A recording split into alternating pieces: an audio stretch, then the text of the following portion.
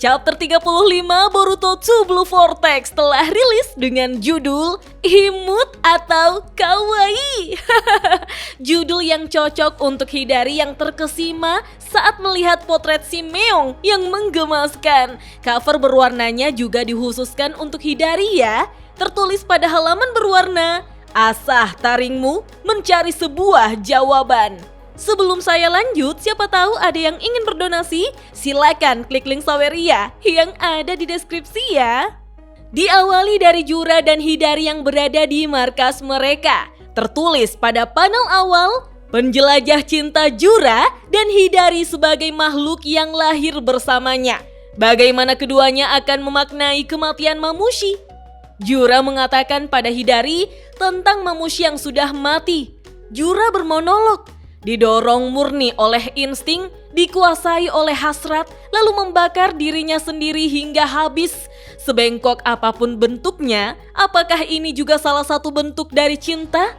Cara dia menjalani hidupnya, dorongan untuk melihat Shinju berkembang sebagai sebuah spesies. Aku akui, ada sesuatu yang menggugah diriku.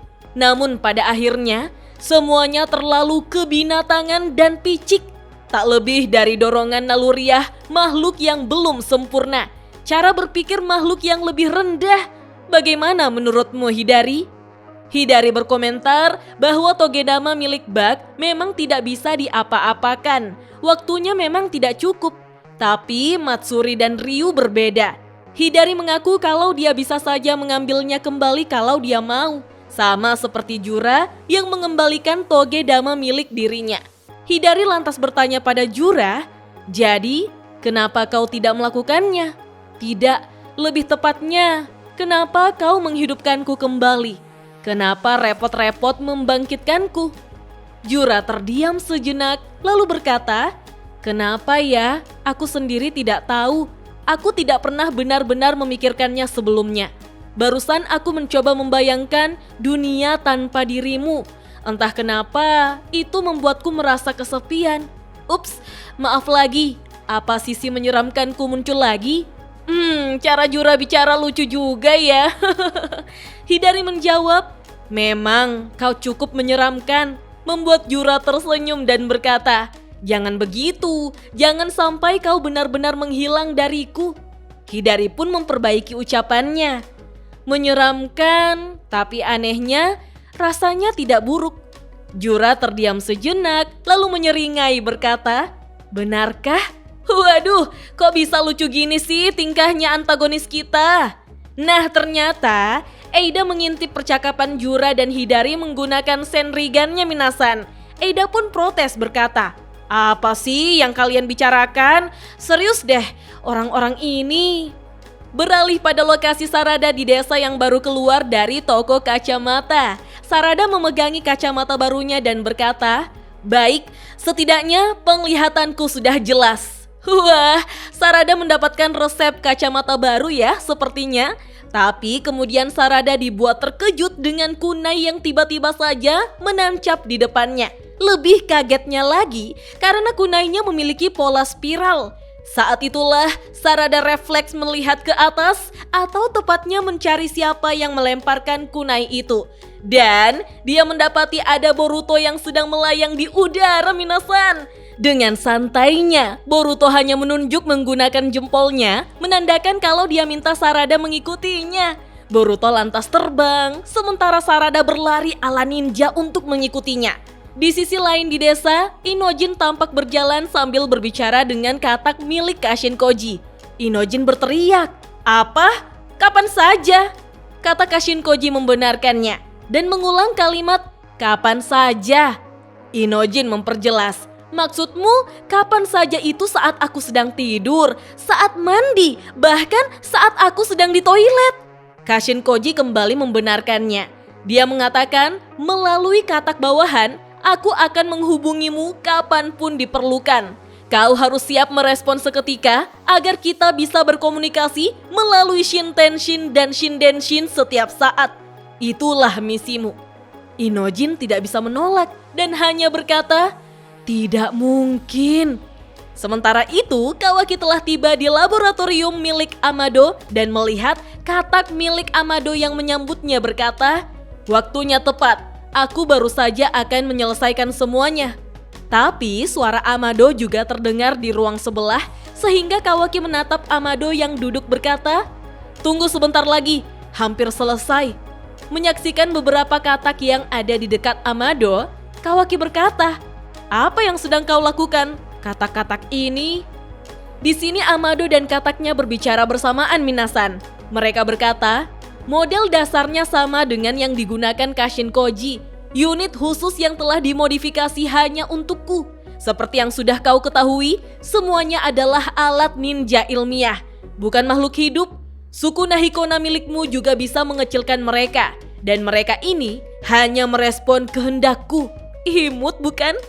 Kawaki tampaknya tidak peduli sehingga dia meminta Amado untuk langsung berbicara ke intinya saja. Kawaki berkata, "Kau tidak memanggilku hanya untuk memamerkan mainanmu kan?" Amado menjawab, "Tentu saja tidak. Pertama, lihat ini.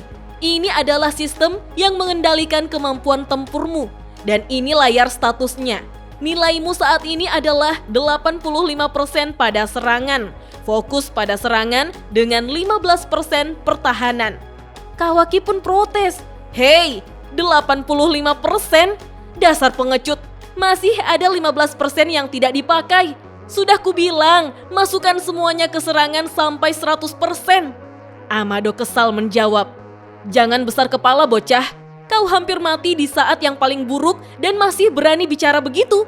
Justru karena 15% itulah kau masih hidup dan berdiri di sini bukan?" Kawaki tidak bisa berkutik dengan ucapan Amado. Lalu Amado kembali menghisap rokok sambil berkata, "Dengarkan Kawaki, jangan salah paham. Menyalahkanmu hanya membuang waktu. Bukan itu yang ingin kubicarakan. Justru sebaliknya, aku akan memberimu apa yang selama ini kau inginkan." Kawaki pun kaget ketika melihat ada salah satu katak yang melompat sampai ke lehernya. Kemudian, sebuah alat berbunyi memperlihatkan angka 100 di bagian kekuatan milik Kawaki, Minasan. Amado menjelaskan bahwa itu bukan sekadar angka di layar. Amado benar-benar mengubahnya barusan. Parameter kemampuan tempur milik Kawaki hanya dengan kehendak Amado sendiri melalui katak di leher Kawaki secara instan.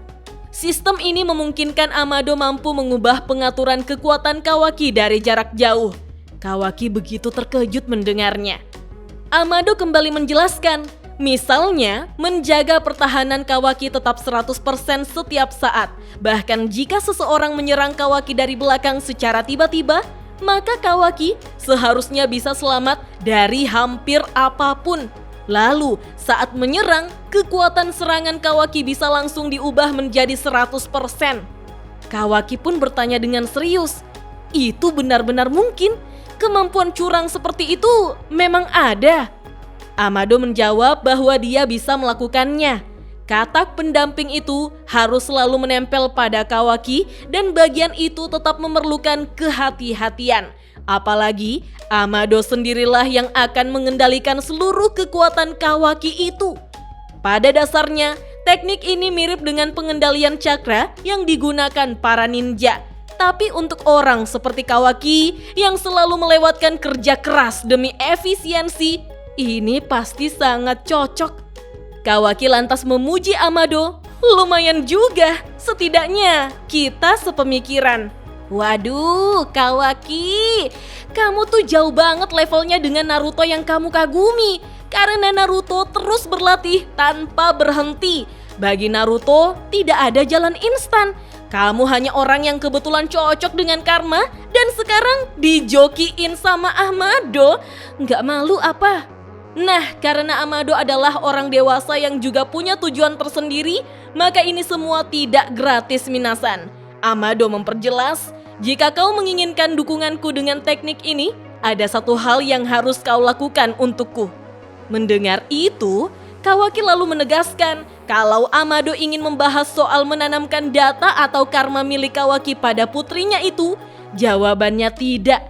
Itu seharusnya dilakukan setelah mereka melenyapkan para pohon Shinju. Itu kesepakatannya. Amado menjawab bahwa ia mengetahuinya. Dia tidak berniat mengungkit itu lagi. Yang Amado butuhkan dari Kawaki adalah sesuatu yang lain dan ini tidak bisa ditunda. Beralih pada Sarada yang akhirnya bertemu dengan Boruto secara rahasia di sebuah pohon yang besar. Boruto meminta maaf soal caranya memanggil Sarada lewat kunai tadi. Boruto pikir mereka tidak bisa berbicara dengan tenang di desa. Sarada hanya menjawab, "Enak ya bisa terbang kemana saja sesukamu." Boruto menatap Sarada yang sudah berada di dekatnya, berkata, "Tenang saja, aku baik-baik saja. Dan sepertinya aku bisa lihat kau dalam keadaan yang baik." Sarada pun duduk di samping Boruto menjawab, "Ya, kurasa begitu. Dibandingkan mata kananmu, ini bukan apa-apa." Boruto lalu bertanya, "Ada apa? Bukankah ini sudah agak terlambat?" Sarada tertunduk mengatakan, "Aku belum sempat meminta maaf dengan benar. Maaf ya, pasti berat bukan?" Boruto menjawab, "Kurasa semuanya baik-baik saja. Sejujurnya, saat itu terlalu banyak hal yang terjadi. Melihat matamu adalah hal terakhir yang kupikirkan. Kalau soal penampilan, kau terlihat sangat keren saat itu. Sama sekali tidak biasa."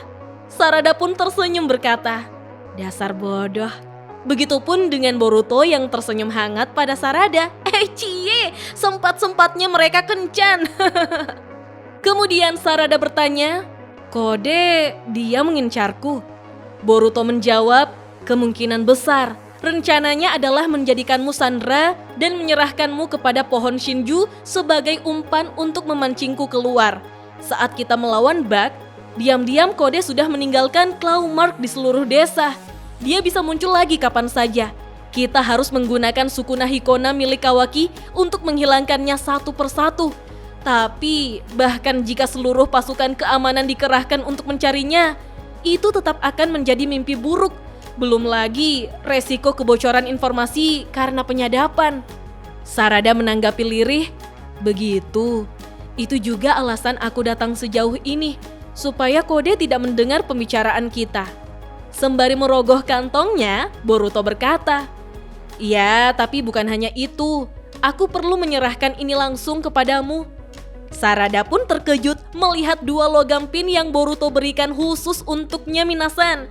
Boruto dengan serius mengatakan, "Sarada, aku tidak memperingatkanmu soal rencana Kode hanya agar kau berhati-hati. Aku akan membiarkan diriku ditangkap olehnya. Aku ingin kau juga membiarkan dirimu ditangkap, Sarada. Tujuan mereka kemungkinan besar adalah markas dari para pohon Shinju. Tapi jangan khawatir. Gunakan simbol yang baru kuberikan ini untuk menemukanku. Aku akan langsung terbang ke sisimu." Sarada pun langsung tahu kalau ini adalah strategi umpan. Boruto membenarkannya lalu mempertegas, "Begitu mereka membawamu ke tempat tujuan, segera buang segel itu." Sarada bingung dan bertanya, "Kenapa?" Boruto menjawab, "Agar aku bisa dengan cepat dan akurat melacak cakraku yang tersimpan di dalam segel itu. Kalau ada seseorang yang memegangnya, akan jauh lebih sulit untuk mendeteksi cakranya." Sarada pun mengerti dan bertanya, "Ada lagi Boruto?" Raut wajah Boruto menjadi murung, mengatakan, "Tentu aku berharap semuanya berjalan lancar, tapi ini misi yang berbahaya. Segalanya bisa saja gagal. Namun Sarada, jangan pernah kehilangan harapan, apapun yang terjadi mulai sekarang." Sarada lantas diam menatap Boruto Minasan. Kembali ke lokasi Jura yang sedang membaca buku, lalu dia memanggil Hidari. Menegurnya karena akhir-akhir ini Hidari terus memandangi buku itu, selalu buku yang sama. Memangnya semenarik itu? Hidari menjawab kalau dia tidak membacanya, dia hanya memandanginya. Karena penasaran, Jura pun meminta buku yang dipegang oleh Hidari untuk dilihatnya Minasan. Jura lantas terkejut karena buku itu berisi kucing yang lucu-lucu. Jura bertanya, "Apa ini? Tidak ada satupun tulisan di sini. Setiap halamannya hanya berisi gambar kucing." Hidari memperjelas kalau tadi kan dia sudah bilang dia hanya memandanginya. Jura pun menyebut Hidari benar-benar aneh. Tapi Hidari bertanya pada Jura, "Menurutmu bagaimana?" Jura kembali memandangi kucing-kucing di buku itu, lalu berkata, "Tidak ada yang bisa dipahami. tanpa tulisan, tidak ada yang bisa dibaca. Hidari diam sejenak, lalu bertanya dengan serius, "Menurutmu tidak imut?" Sekali lagi Jura memandangi gambar kucing yang ada di buku itu dengan seksama sambil gelagapan bertanya, Imut?" Beralih ke jalanan Konoha, di mana Amado berteriak, "Oh, dia ada di sana. Hei Inojin-kun!" Kemudian Inojin berlari ke arah Amado. Dengan santai, Amado memberikan sebuah gulungan kecil pada Inojin, mengatakan, "Ini laporan data yang dikumpulkan dari pertempuran melawan Bug. Mungkin akan berguna untuk pertempuran berikutnya. Kalau kau bertemu dengannya, bisakah kau menyerahkan ini?" Inojin bingung.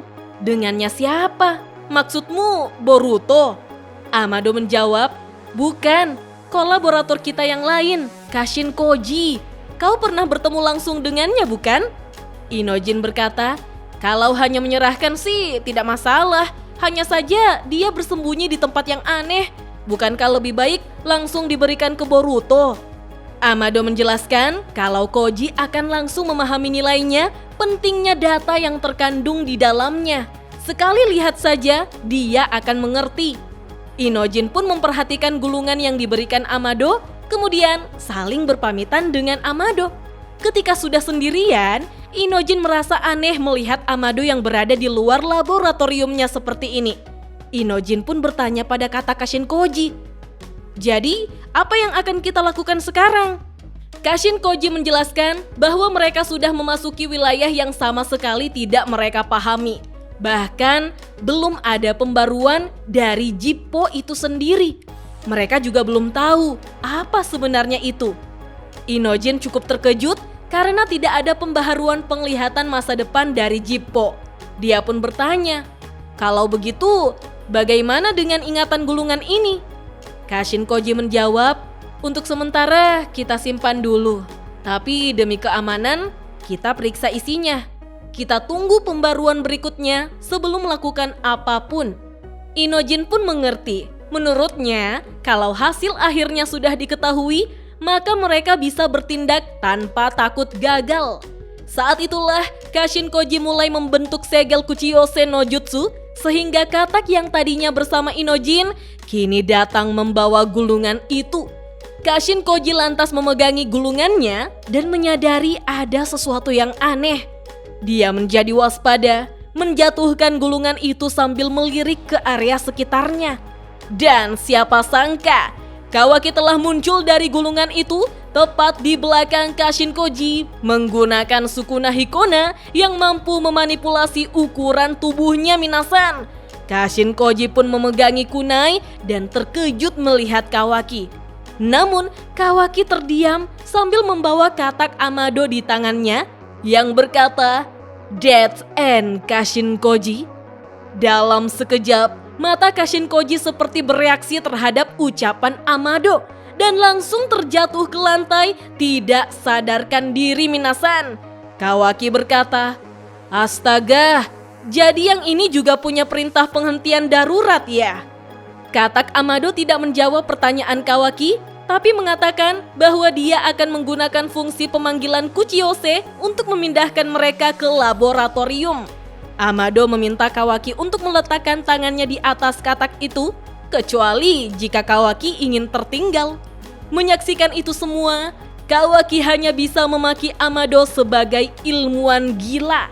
Tertulis pada panel akhir, dengan memanfaatkan Kawaki secara licik, Amado menculik Kashin Koji. Apa tujuan sebenarnya? Dan chapter 35 Boruto Blue Vortex pun berakhir sampai di sini minasan. Wah, chapter yang terbilang adem ayem ya. Jura dan Hidari kesemsem sama keimutan kucing. Boruto dan Sarada diam-diam kencan dan saling mengkhawatirkan satu sama lain. Lalu sekarang, Kawaki menjadi alat Amado untuk membawa Kashin Koji ke laboratoriumnya. Apakah Amado akan mengutak-atik tubuh Kashin Koji? Apakah dengan ini Jippo sudah tidak bisa membantu lagi ke depannya? Atau justru dibuat lebih efisien di tangan Amado?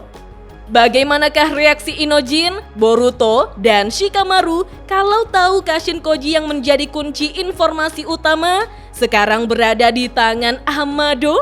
Kalau menurut minasan bagaimana? Kita lanjut yuk ngobrol di kolom komentar. Dah.